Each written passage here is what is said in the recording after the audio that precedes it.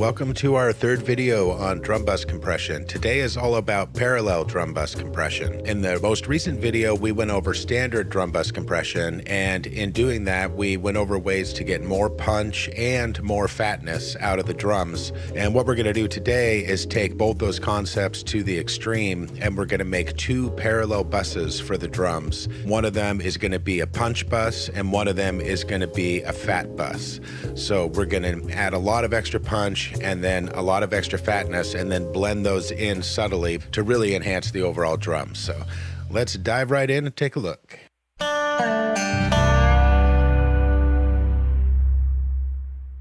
So here's where we left off in the last video. We're using TDR Molotok for these tutorials here. It's an awesome free compressor. And here's our standard drum bus compression.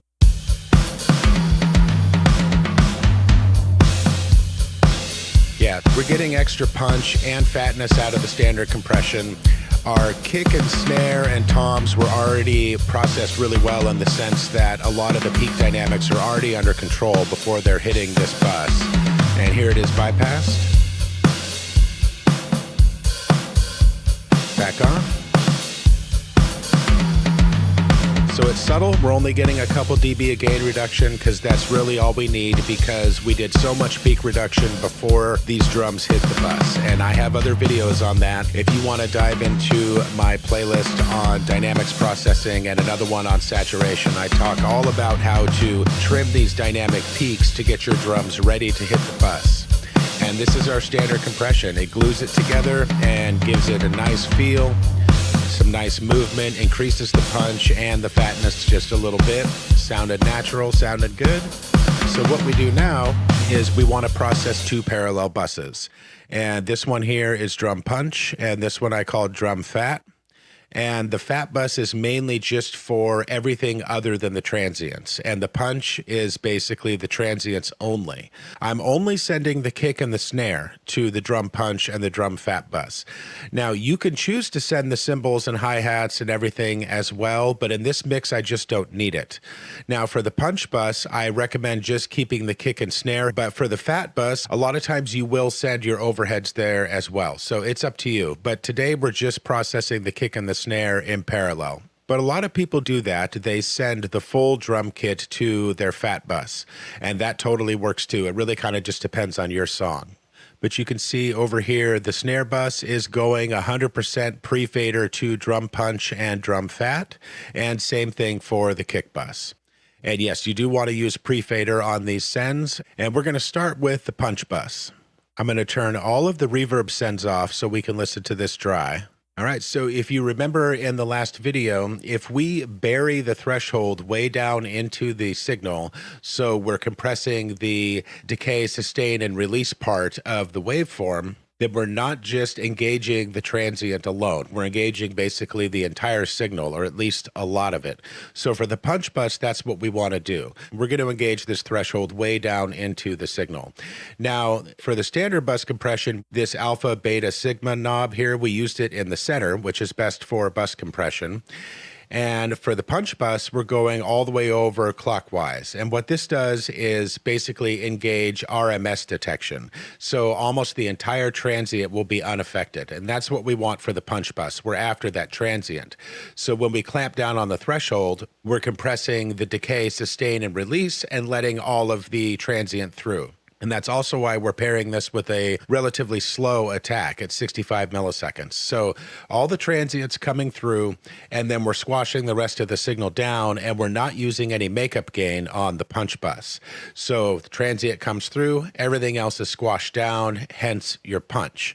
Now, for the sidechain high-pass filter, for the standard bus compression, we were aiming somewhere in between the kick and the snare. And this one defaults at 120 hertz, which was just about right for this drum kit.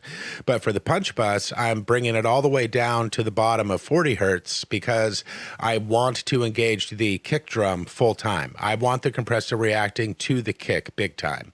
And I'm cranking the ratio all the way up to 10, basically a limiter setting, and we're really, really squashing this signal. And again, no makeup gain here. So here's the punch bus on its own. So the kick and the snare just running through this compressor. All right, so we're hearing all transient, and the body and weight and tail of the sound is being heavily compressed. Now, obviously, this sounds dreadful on its own, but that's the idea. We're going to blend this punch in subtly behind the regular kit. Now, I've left the release at 100 milliseconds, but this really depends on your drums. Remember, if you go too fast of a release, faster than say 20 milliseconds or so, you could start to distort. So when you set the release, you do want it pretty fast, but listen to your kick drum, especially with these heavy-handed settings, and make sure you're not distorting your low end.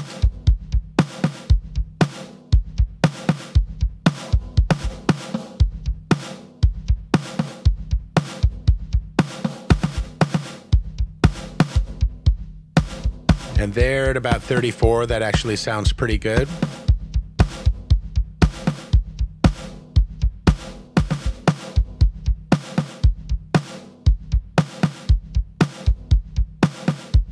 And if the release is too slow, you start to lose the effect and you start to bring up too much of the tail, and we're just after the punch.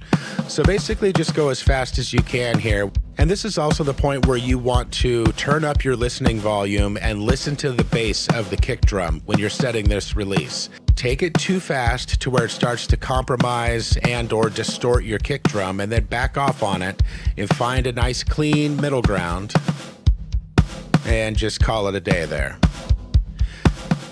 Yeah, that sounds pretty good. So again, we're using RMS detection here. We have the alpha, beta, sigma mode cranked all the way clockwise, and then the attack we have at 65, but we're just letting all of the attack through. You can tighten it up a little bit if you want, but the way I have this kick and snare processed, I'm just making sure all of this is coming through. Now, another cool feature of Molotoc is that you can hit this delta button, and then you're just hearing what is being compressed. Perfect. So we're only hearing decay and sustain and release. We're not hearing the attack. So all the attack's coming through, and we're really crushing the rest of the signal. Now, I can also play with my attack here in delta mode and see how fast I can get it before I start to hear a lot of transient. See there, I'm starting to hear some transient. So I back it off until the transient goes away.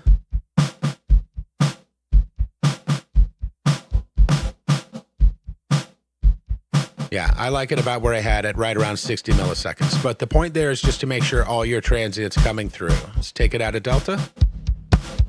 And the threshold, you can see, it's engaged a long ways beyond where the peak signal is, right there. Now, if I back off on the threshold,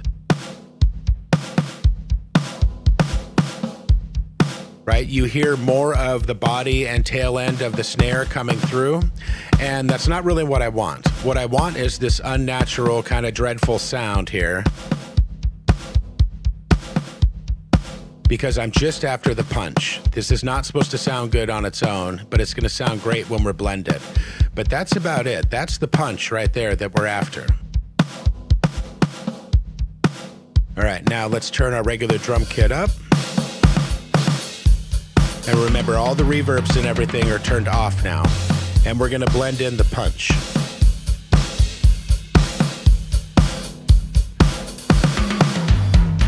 Take it out again. So there's no punch bus, that's just the drum kit. And bring up the punch bus. That's a lot more extreme than we would use in the final mix, but that's nice and loud so you can really hear what that's doing.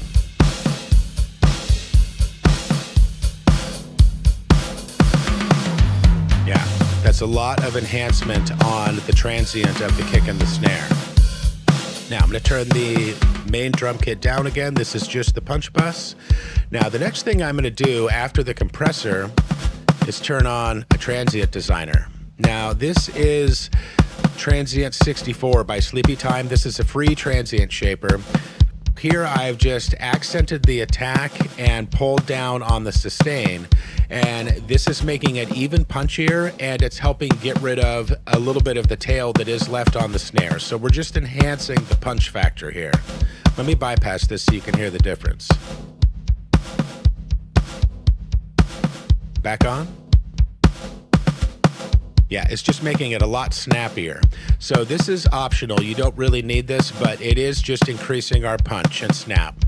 And the next thing I'm going to do is saturate this punch bus with a transistor saturator. Now, the transistor gives us a big, fat, low-end first and second order harmonic. It really just makes it a lot fatter. So the transistors are great for this. Tubes work good here too, and so does tape, but take a listen to this with the transistor saturator on.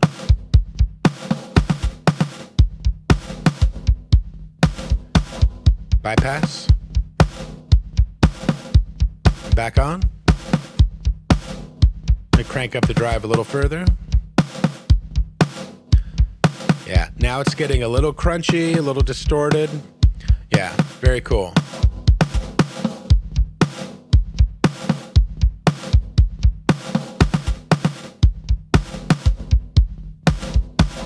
Okay, so here's our punch bus without the transient shaper and saturator. We'll turn those two back on. All right. So very nice. That's pretty simple. All we've done is just really overly compress it, letting all that transient through, compressing everything else really hard, accenting the transient with the transient shaper, and then beefing it all up with the transistor saturator. And again, let's bring the regular drums in. And we'll turn that punch bus all the way off, and we'll fade it in slowly.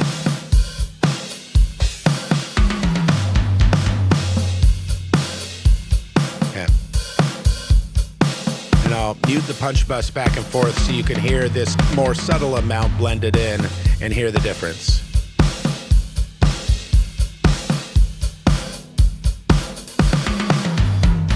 Yeah, very cool. Nice and easy. Now we're going to turn the punch bus all the way down again, and we're going to go over the fat bus.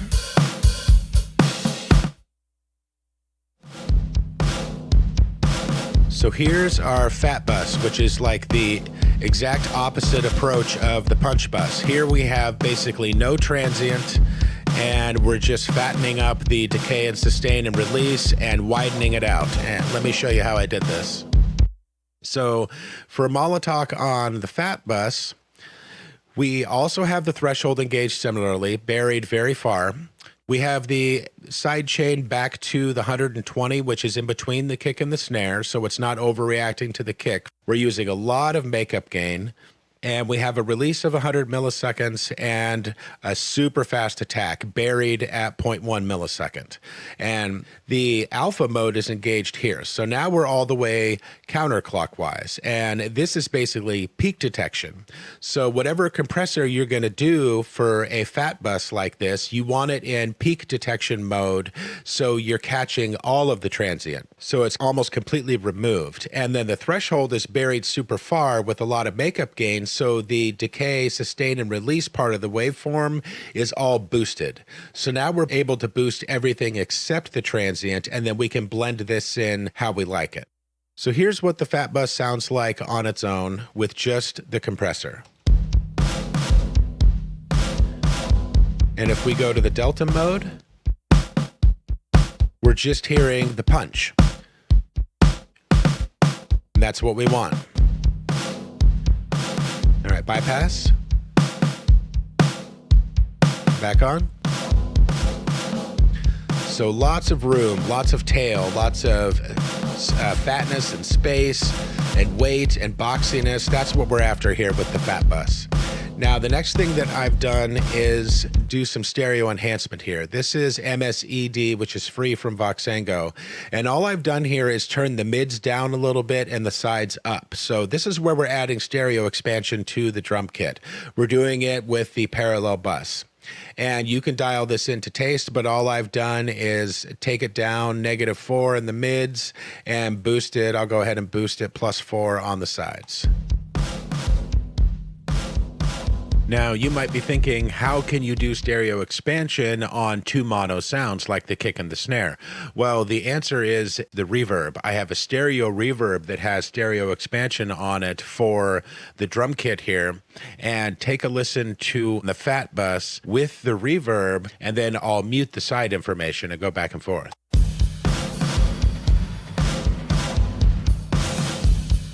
And now I will mute the sides.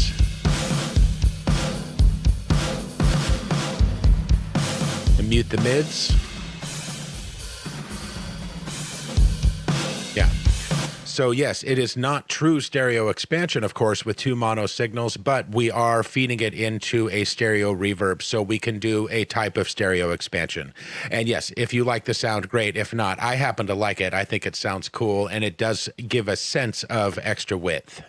And then after that, we're going to saturate this one too, but instead of a transistor, we're going to saturate this with a really warm tube saturator. And I have the oversampling cranked up at ×4. I'm using 100% odd harmonics here because I want this to sound kind of a little nasty and a little extra crunchy. And this is GSAT Plus here. This is a free tube saturator. It's really cool. You could engage the clipper if you want to really crunch it up, but this is how it sounds with the saturator on. I'm going to bypass the saturator. Back on. Yeah, it's not very level matched there, but you get the idea. That's a lot of extra harmonics added into this fat signal on the drums.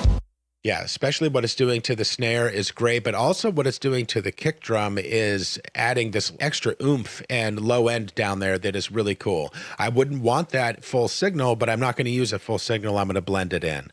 So let's bring those two down. Let's bring our main drum kit back up, and then we're going to blend in the fat bus behind it.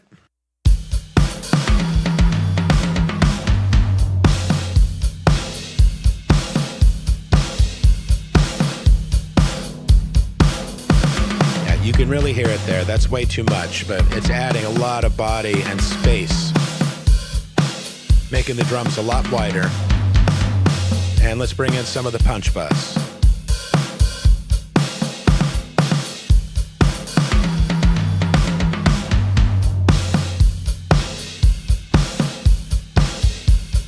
All right, that's a fair amount. And again, we would dial these in the context of the mix. But let me mute both of the extra parallel buses here. So that's the original drum kit. And both the parallels back on.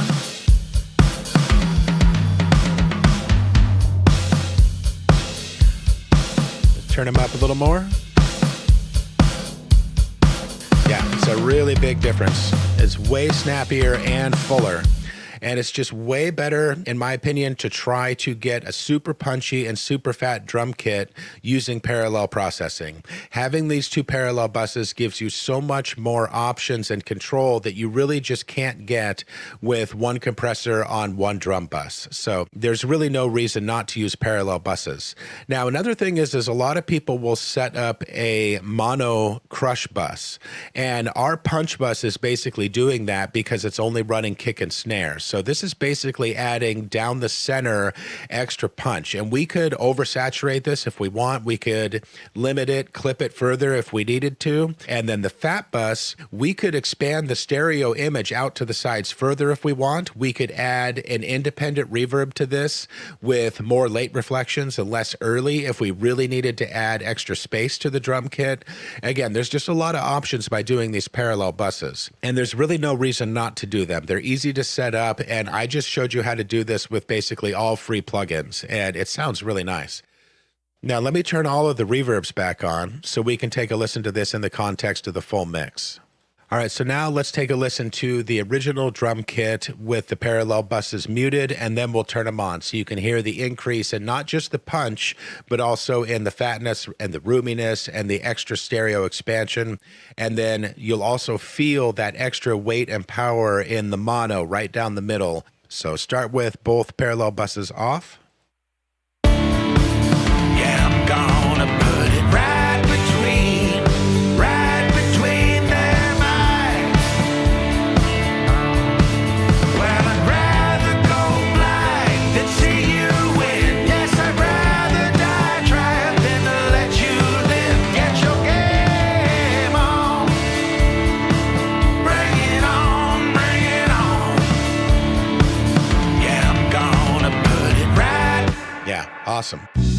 But there you go. Nice and easy to set up, all free plugins. Great way to do parallel drum bus processing. Now, that's not exhaustive with everything that you could do with parallel drum bus processing, but I think that's enough for today. We'll keep going with this idea later in the series, but if you need to, go back and check out the first couple videos in the drum bus compression series. Let me know what you think of this in the comments. And yes, I know there is 1,000 different ways to do this, but I thought you might like that because it's simple and it's a great way to use just 2 parallel buses and get kind of the best of both worlds out of it. But I'm curious what you guys do. Let me know in the comments how you guys process your drums and what your favorite plugins are.